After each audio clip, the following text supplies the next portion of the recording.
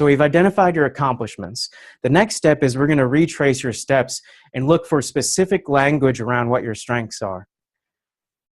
And the reason we want to do this is when you'll learn how you operate most effectively, and you'll know how to minimize your weaknesses and emphasize your strengths. If you don't do this, you won't learn from your previous accomplishments. You won't learn from what you are best at, what your best skills are, or strengths or abilities. And what we're going to do with this is first determine your dominant strength, the overall dominant strength that you have, and then we'll find specific language that are unique to you, something that's going to be really specific about what your strengths are. So to determine your dominant strength, we're going to do the communication styles exercise.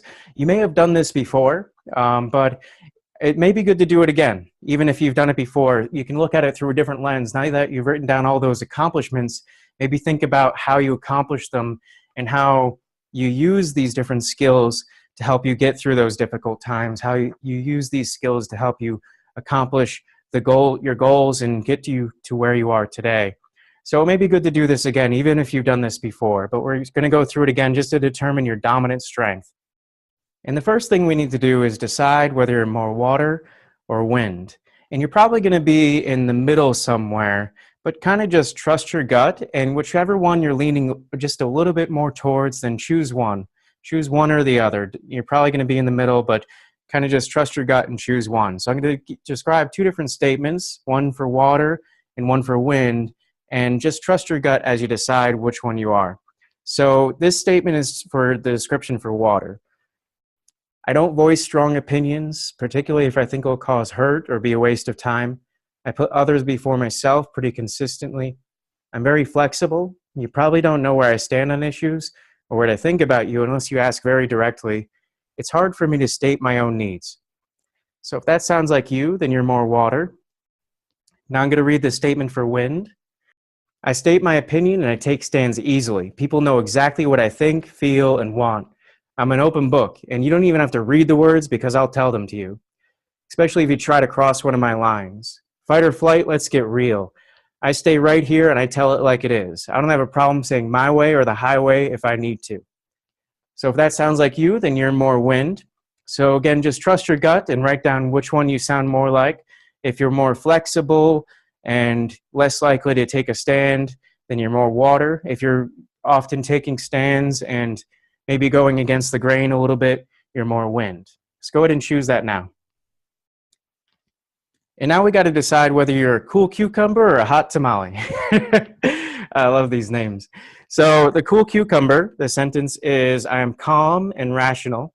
I don't get flustered about anything. I even have difficulty getting excited about things most people think are neat and exciting. My emotions are a glassy pond. So if that sounds like you, then you're more of a cool cucumber. And I'm going to read hot tamale. So hot tamale says, I tell people how I feel about everything. I cry at sad movies. My emotions are extremely active, the perfect storm. And this may be how you feel just internally. You may just feel a lot of these emotions and maybe not expressing them all of the time. But if you've got that storm of emotions going on internally all the time and you're not more of a glassy pond, then you're more of a hot tamale. Great, so you should fall into one of the four quadrants. You should be a water cool cucumber or a wind cool cucumber or a water hot tamale or a wind hot tamale. So figure out which quadrant you're in. And these are the communication styles archetypes. There's the analyst, architect, driver, spontaneous motivator, relationship master.